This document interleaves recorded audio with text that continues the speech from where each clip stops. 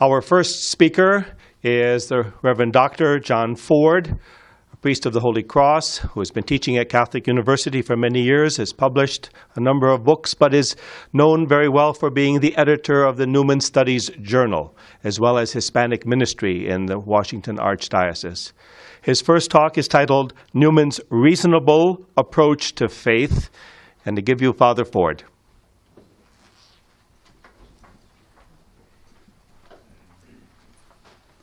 Thank you very much, Father Ed, and thanks to all those who are present. Distributed are preliminary copies or draft copies of my presentation. I hope that that will make it easier to follow, as is my scholarly bent, or if you will, my proclivity to change and refine. I have made some adjustments, and those will be notable as we go along.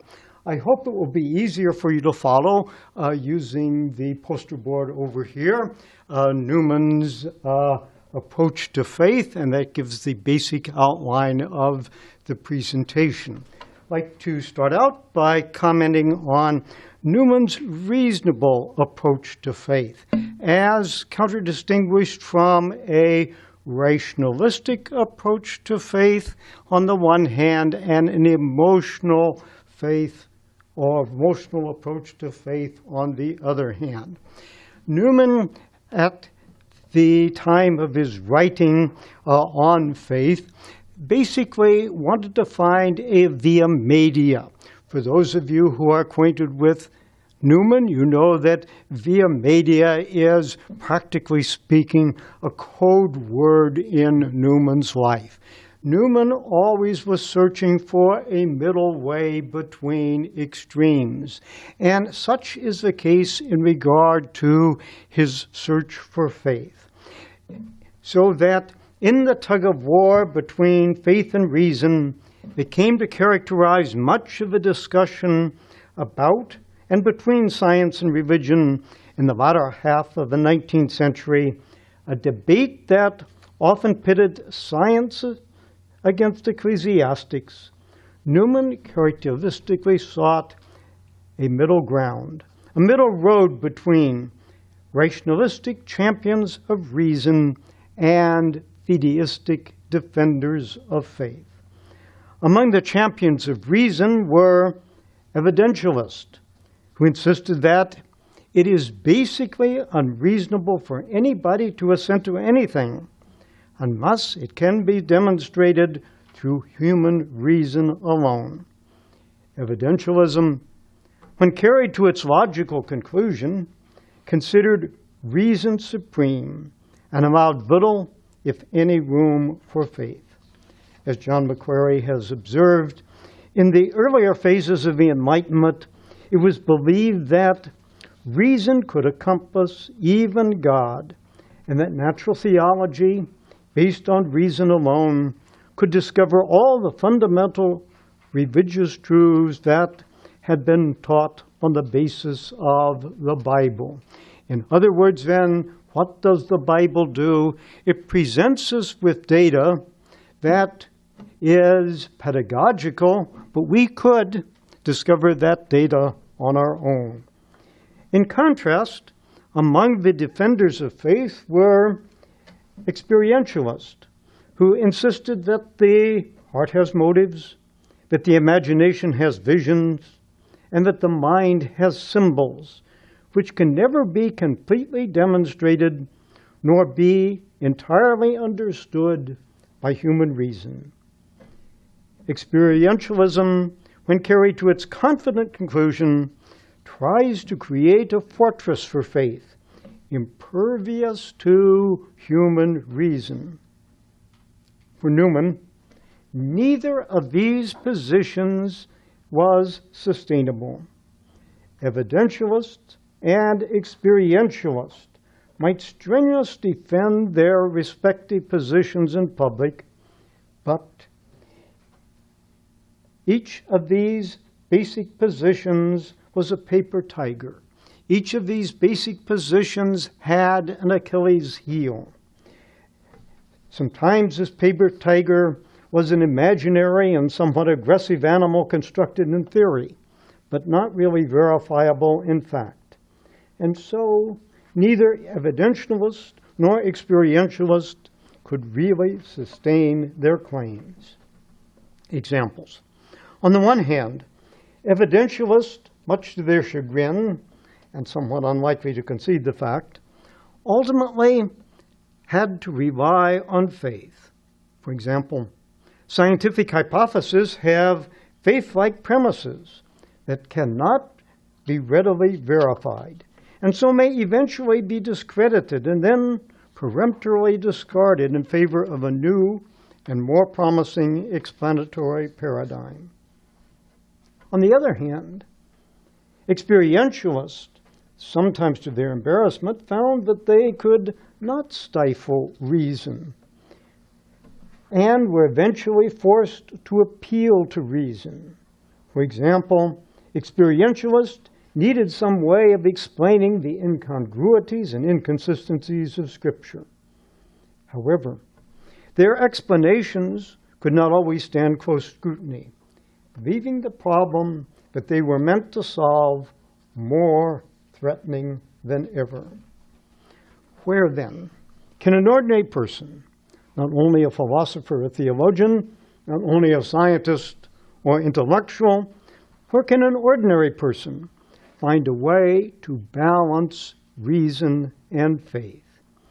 Such a balancing between reason and faith requires a strategic starting point. Where is that starting point? Newman was aware that many continental philosophers and theologians started their inquiry into the relationship between faith and reason by describing the faculties of the human mind: reason, understanding, imagination, and so on. And then ask, what is the proper function of each of these faculties? How should the mind work? For Newman, that approach was basically unsatisfactory.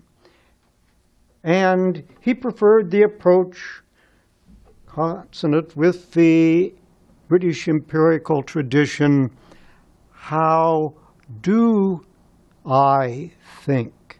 Not how should I think, but how do we think? And Newman's reply was, to my mind, profoundly simple, and at the same time simply profound. What do we do in thinking? I ask questions. I consider data. I consider evidence. And then I come to conclusions. And so if you say that is the way you think, then in a certain sense, Newman has you. Newman is asking, if this is the way that you think, then let's join in this dialogue about faith and reason. First point, reason as an inferential process. First of all, sometimes this process of asking questions, considering data, coming to conclusions, a process that Newman calls inference. Sometimes this process is instantaneous. I see smoke, and what do I immediately think? Fire. In fact, I may later on discover that what I thought was smoke coming from fire was really an unusual cloud formation. And such a mistake from time to time reminds all of us that our spontaneous judgments sometimes are dead wrong. Indeed, such instantaneous natural inferences can easily get a person in trouble. If there can be love at first sight, there can also be hate at first sight. And either love or hate may be seriously mistaken. The second type of inference. Well, some human judgments are instantaneous or nearly so. Sometimes the process of inference takes an extraordinary amount of time, like waiting for the other shoe to drop. A person senses a problem, but needs time to formulate a precise question. A person then may carefully select and mull over data. A person ponders a variety of options before making a decision, or making a decision not to make a decision. The more important the decision, the more time-consuming this process of inference may be. And Newman himself is an example of such a type of prolonged inferential process.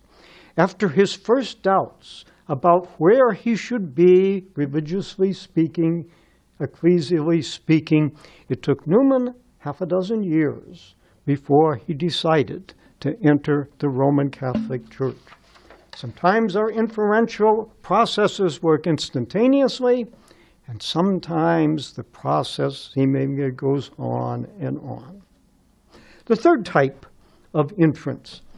An inference can be rigorously logical when, for example, we can reduce the inference to a syllogism.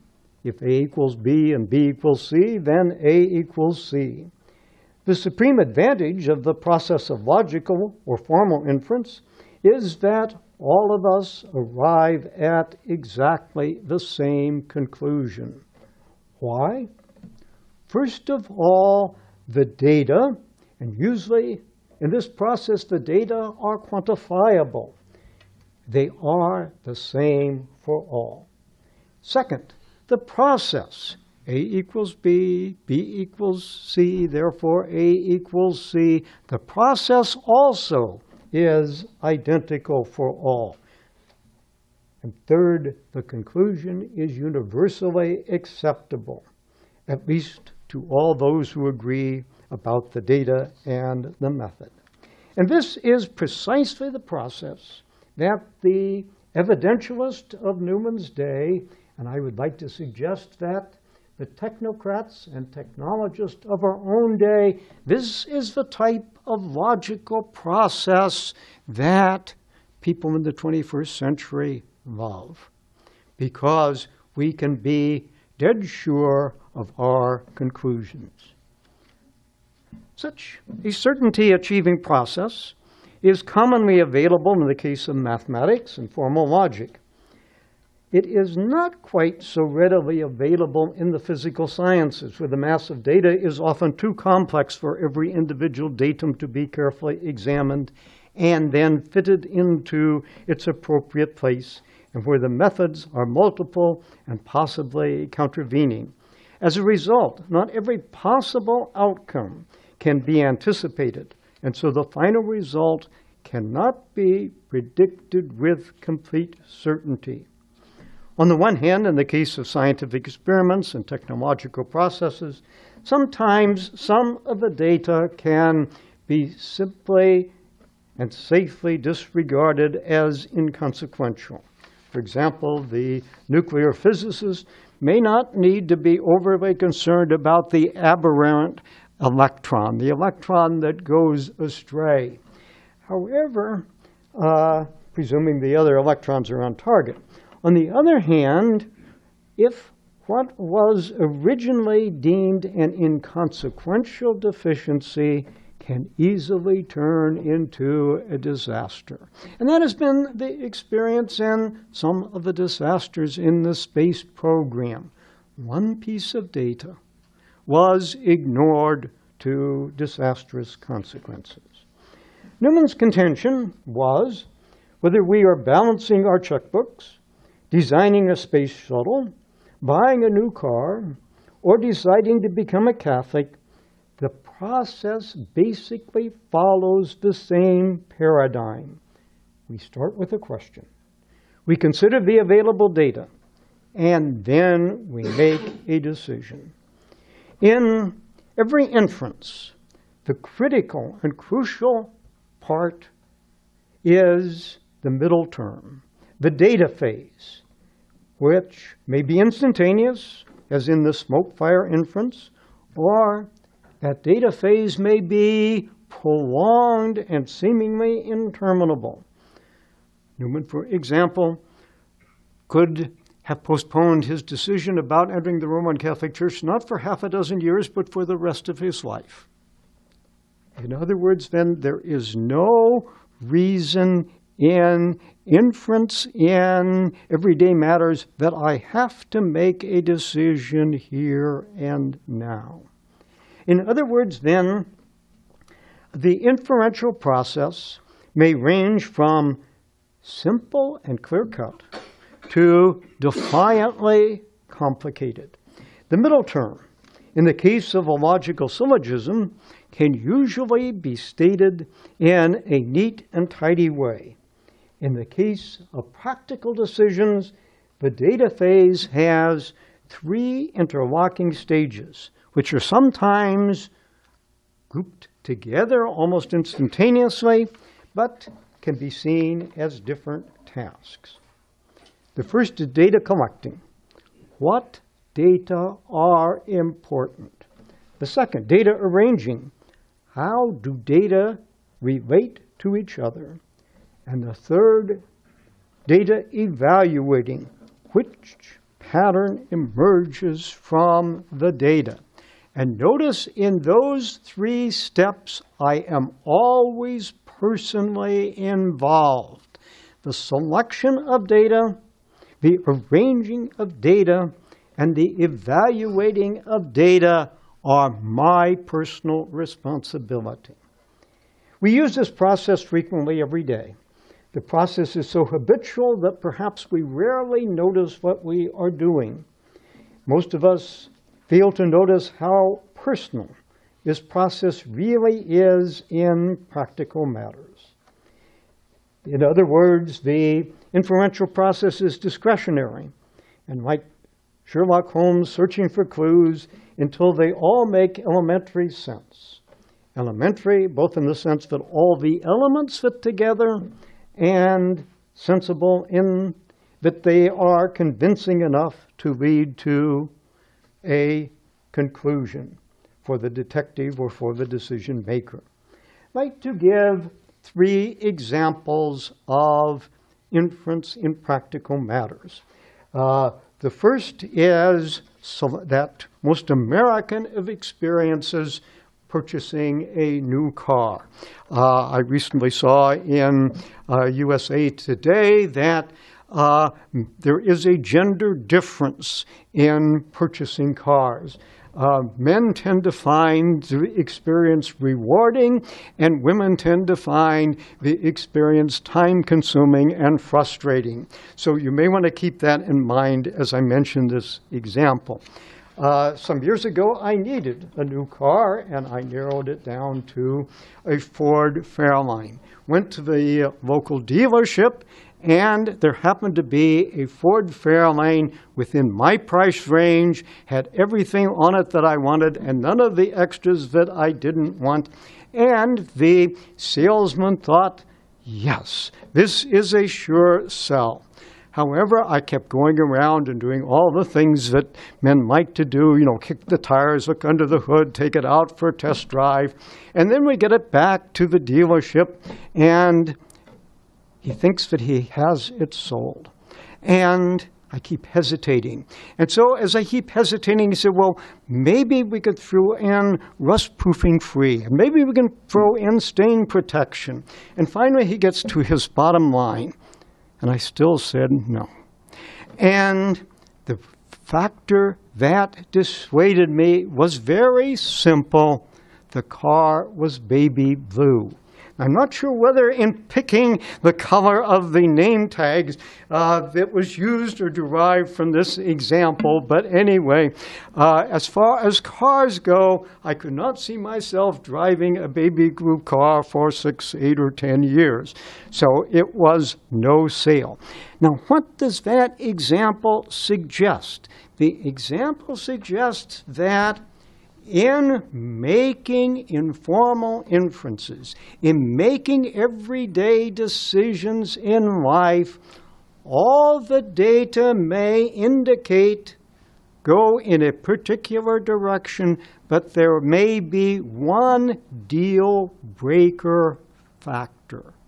In other words, Van, if we look at the reasons why we say yes, we may also need to look at the reasons why we say no in a specific instance, and that one factor may preclude our acceptance of a particular purchase. It may preclude our making a particular decision.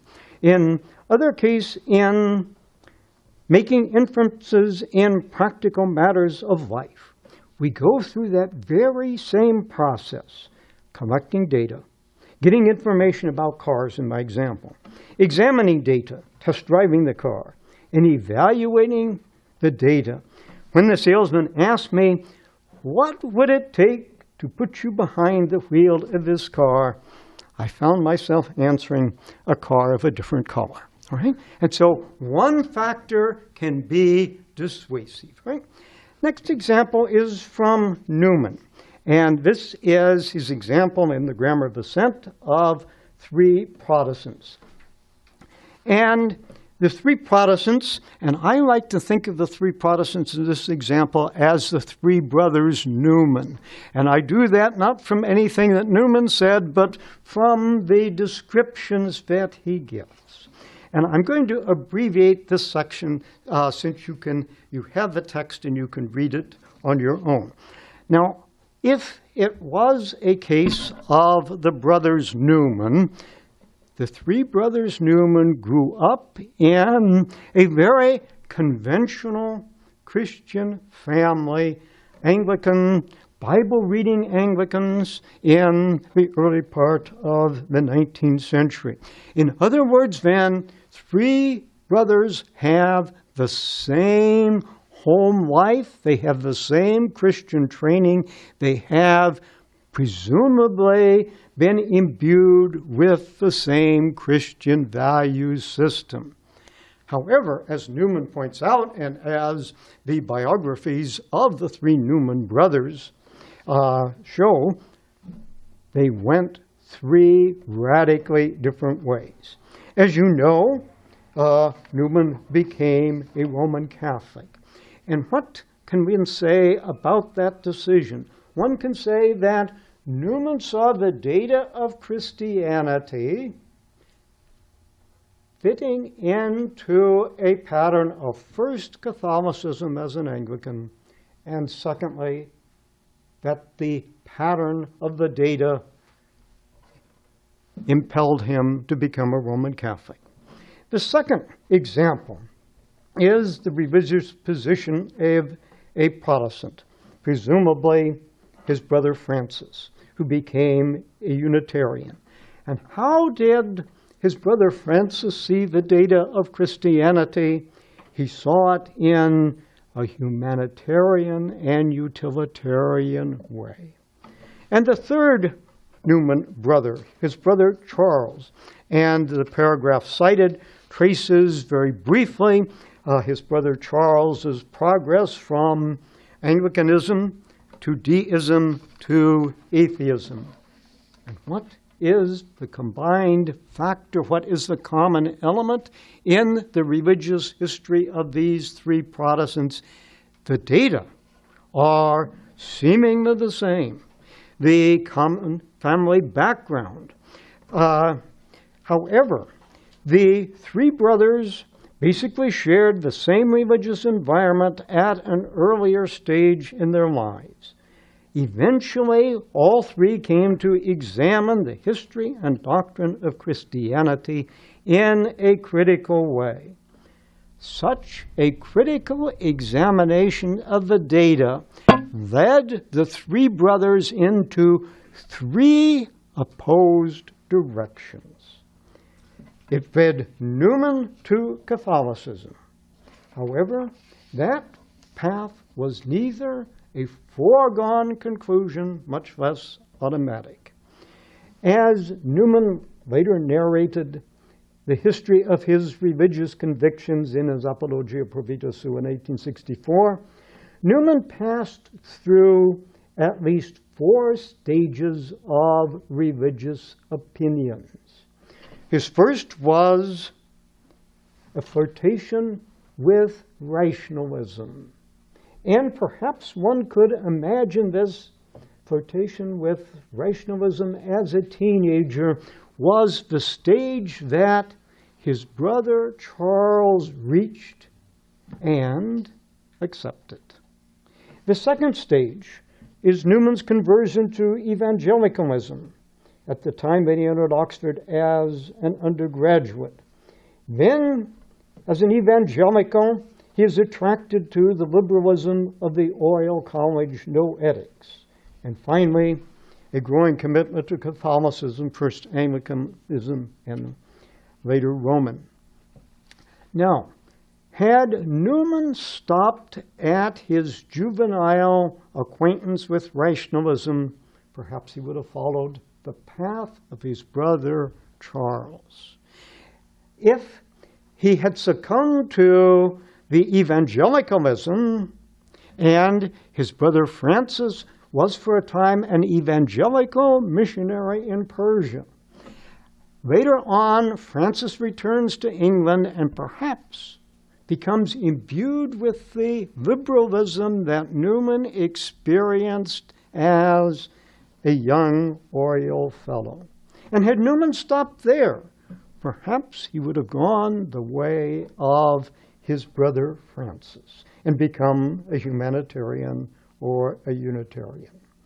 Even though the quite different religious journeys of the three Newman brothers had a common starting point, once they left the religious security of their family, the three brothers were confronted with a seemingly endless smorgasbord of religious options that implicitly asked each of the brothers to decide what data are important. Each of the brothers arranged the information about Christianity in a different way. This is not to say that the data available was completely different. What each brother did was arrange the data in what was for him the most convincing pattern, like Scrabble players with the same tiles. Charles arranged the data to spell atheism. Francis arranged the data to spell Unitarianism.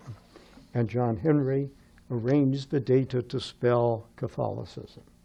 It is not a case then of data being different.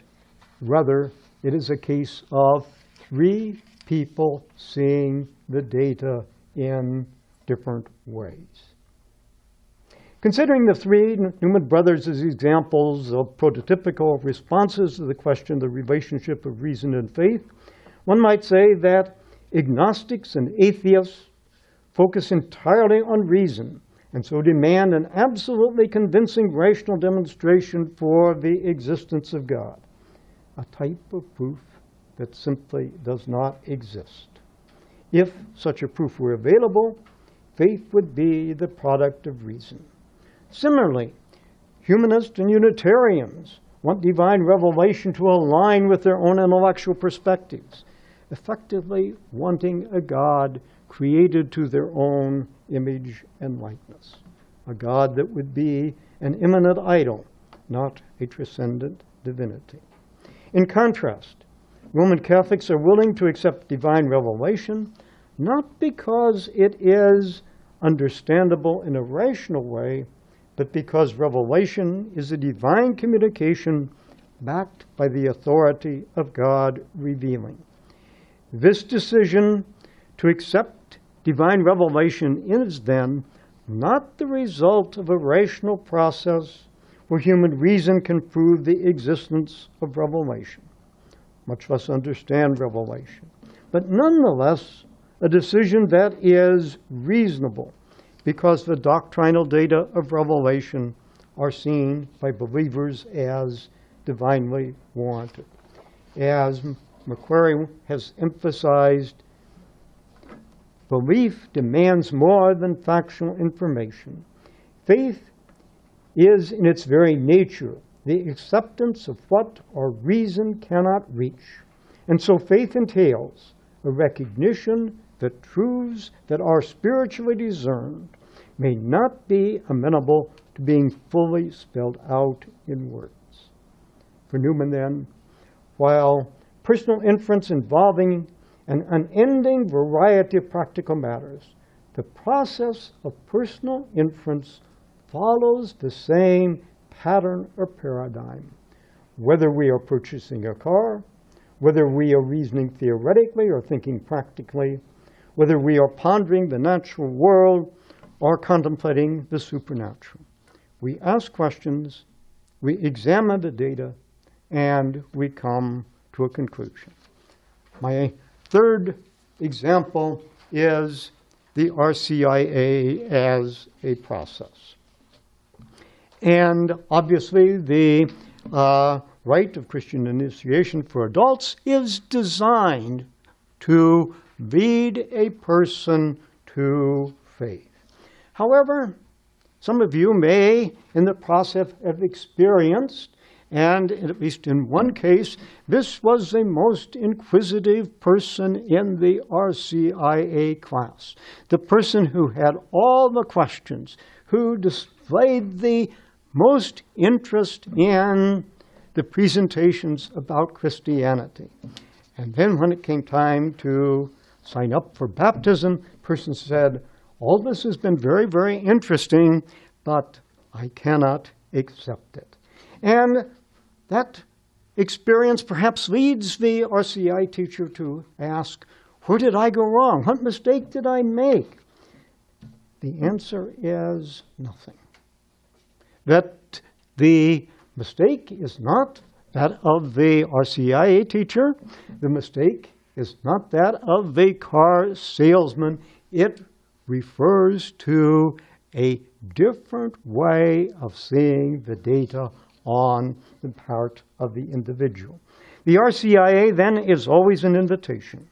There is no way that even the most eloquent presentation can persuade an RCIA participant to become a Catholic unless that person sees that Christianity not only fits together intellectually speaking, but that Christianity fits together as far as his or her personal life is concerned. In other words, every CIA participant reacts to Christian doctrine like one of the three Newman brothers. One participant may see and accept the pattern of Catholicism.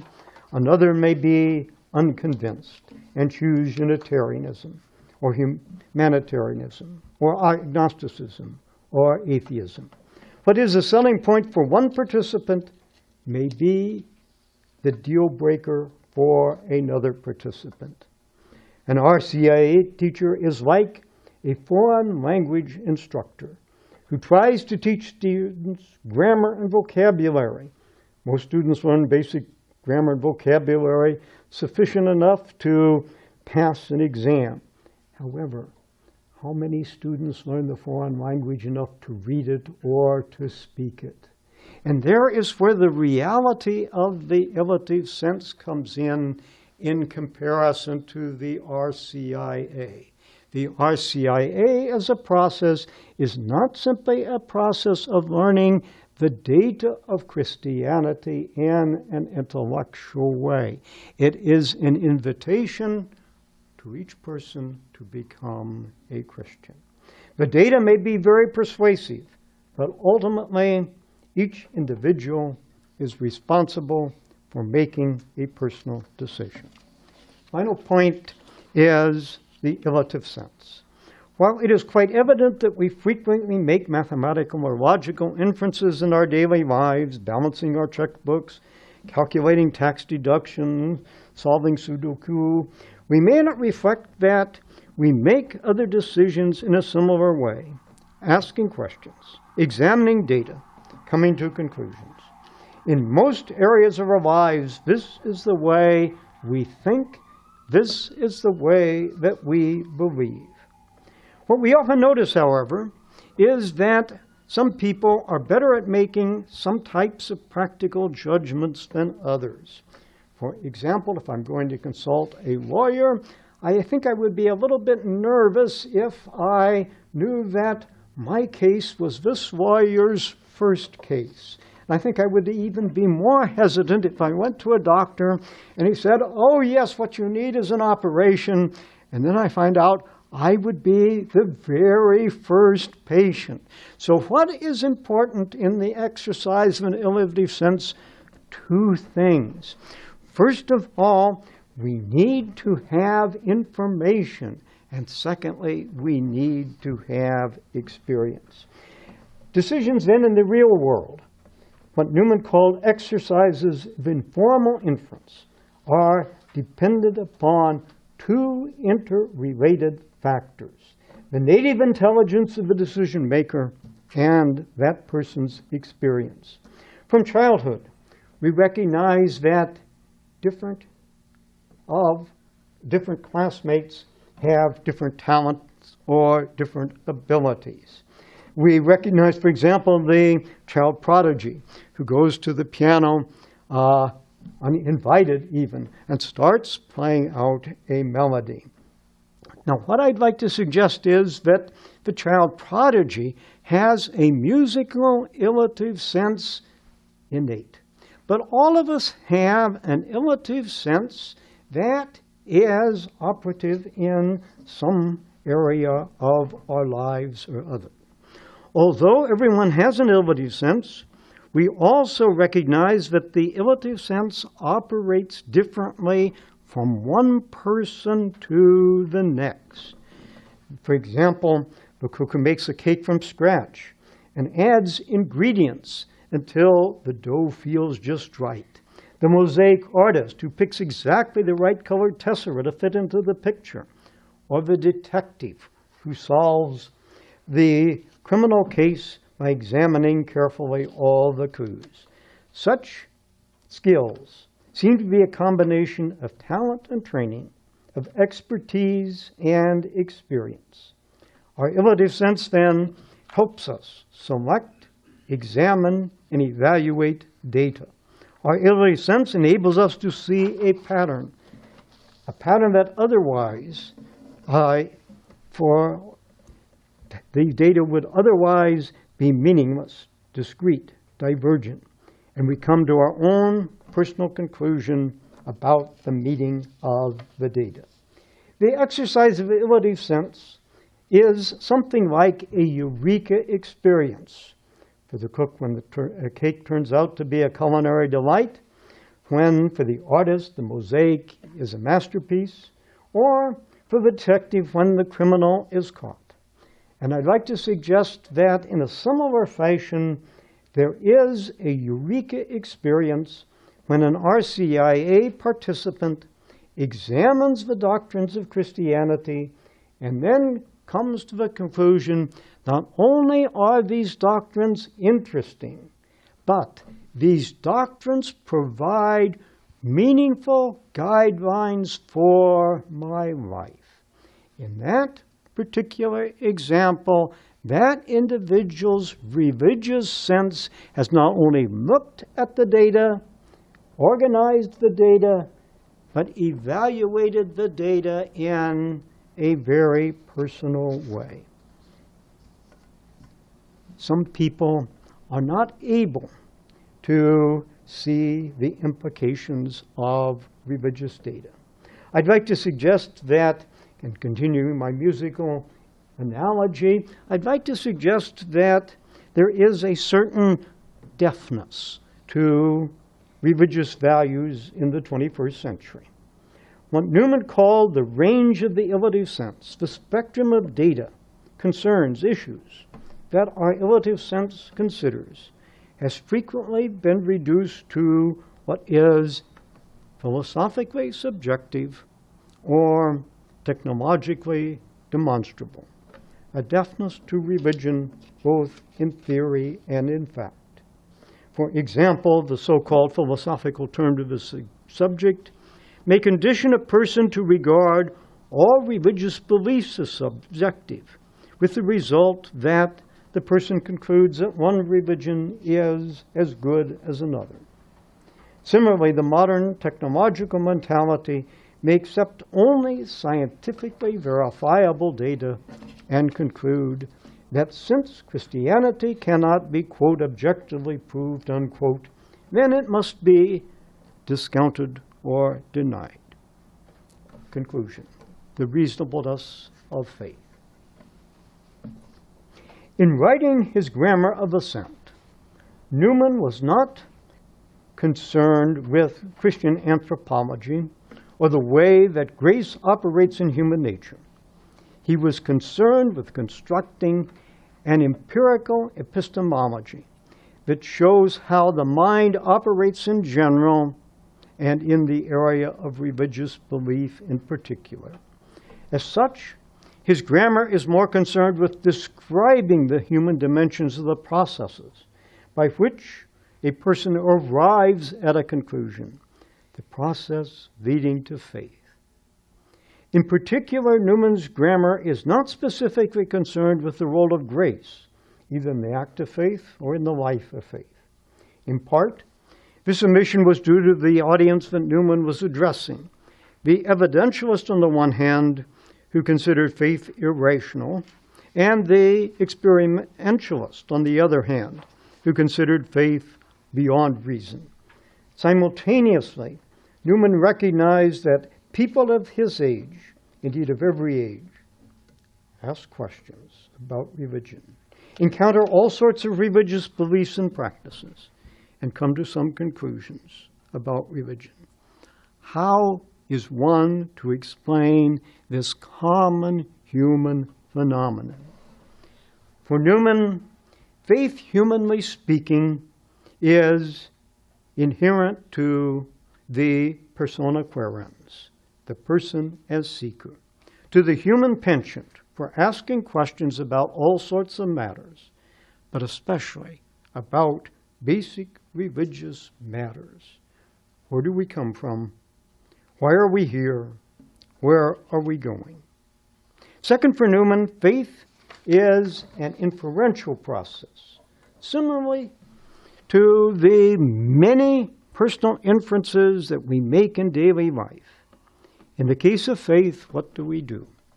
We examine the data of Christianity to see whether the doctrines and practices align in a pattern, not only in a pattern that is intellectually convincing, but in a pattern that is meaningful for me and my life. Third, for Newman, faith, while never the result of a logical proof or a rational demonstration, faith is, like our other personal inferences, eminently reasonable as a product of an inferential process guided by a person's ability of sense, discerning and judging the teachings of Christianity. Accordingly, Newman's view of faith is not only an example of 19th century philosophical, theological thought, but in my judgment, an appealing and convincing explanation for persons seeking a reasonable approach to faith today. Thank you.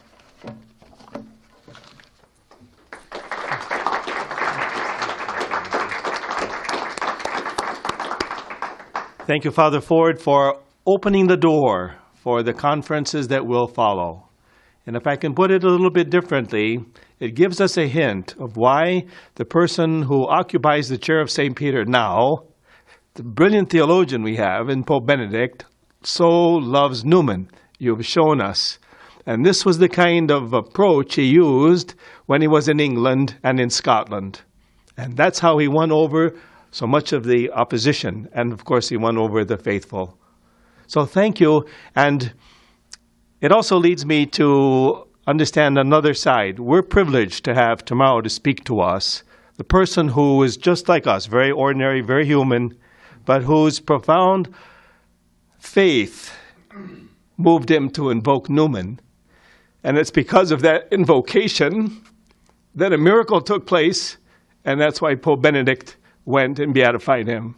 So we're going to listen tomorrow to Deacon Jack Sullivan, who's just like us as a human being, tell us his story. Now I wish you would just take a few minutes and listen to any of the questions that the audience might have. Would you do that for us, please, Father Ford? I think there is a microphone, and I should acknowledge, too, that my analogy about people being religiously deaf in the modern world, I draw attention to the fact that I use hearing aids, so please speak loudly. Yes. And we're also conscious of our audience who are watching us from home, so we're going to be very sensitive when we raise our questions and make our comments. And who would like to lead us?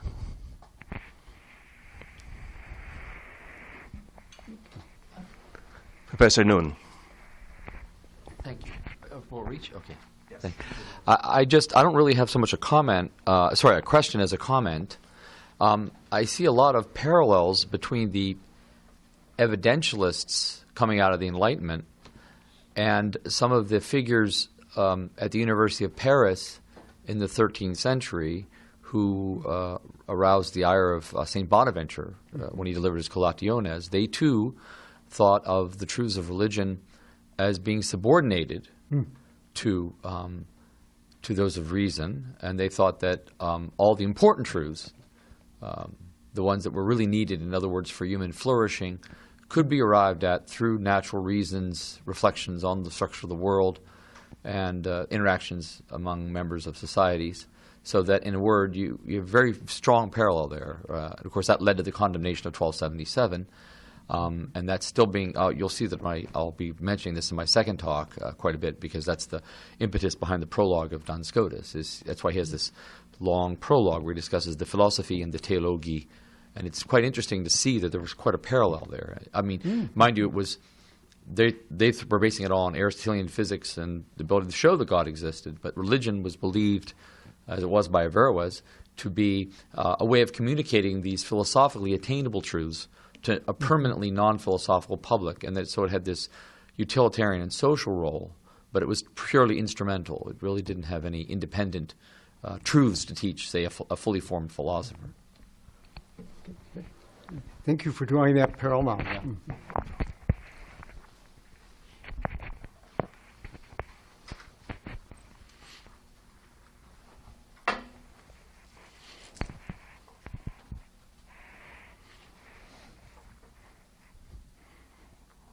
A couple of more minutes if we'd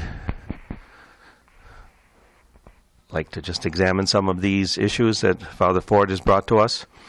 The practical this is the most practical presentation on why it is that Newman speaks to so many people, whether we as priests are guiding others in spiritual direction or listening to problems. These are the problems that we hear over and over, and by the grace of God are able to try to show the light, as Newman took the time to search for the light and for the answers. And to pick up on the introduction about Newman's cardinalical motto, cor ad cor loquitur. Cor ad cor loquitur is a succinct expression of this process of informal or illative inference. In other words, then, what is necessary, whether we're talking about faith, whether we're talking about RCIA, whether we're talking about salesmanship, somehow it has to be one person speaking to another person in such a way that what is being presented has meaning to the other person, so that a person who goes into the salesmanship world but doesn't like the product that he or she is selling, usually that's a disastrous situation. In other words, the bona fide salesperson is the one that I'm convinced of the integrity of this product. I am a person who uses this product and then says, I am satisfied with this product. I think that you will be satisfied with this product as well. And so I think that is nicely summarized in Newman's motto, cor ad cor loquitur, that it must be a personal resonance as well as a theoretical explanation. Yes. Sister Patricia. This is just an example of what you're saying. Thank you. And this took place about at least 40 years ago. One of my cousins fell in love with a young man who was a high-level executive, very educated. Her brother was a very successful attorney, and it was very important to the woman. Her faith was very important, so she struggled with a future where the faiths were not compatible. One night, and this is a true story, her boyfriend and her brother debated all night long. Her brother was a graduate of King's College and Catholic University, steeped in philosophy and theology as well as an attorney. At the end of the all-night session, her brother said to her boyfriend, "We could talk for days and days, but at some point, faith will have to lead you where you need to go." Now, he did come into the Catholic Church, but it was that, I think, heart speaking to heart, not all the rational arguments and all the rational explaining of two very intelligent men, each extremely successful in their chosen professions. But in the end, I think it was, for me, what you're talking about. Mm-hmm. Thank you for sharing that example. The opposite side of the coin, and one that I did not perhaps give a sufficient attention to in the presentation, is the person whose faith basically is emotional. And that was part of Newman's evangelical experience. But what Newman is also saying is that if the process of explanation for the evidentialist will never lead that person to make a decision of faith on surely rational grounds. On the other side of the coin, the person whose faith is very emotionally inclined, perhaps the product of personal religious experience, sooner or later will encounter objections against the faith. And it's that point then that the other shoe needs to fit. In other words, the person must also be able to offer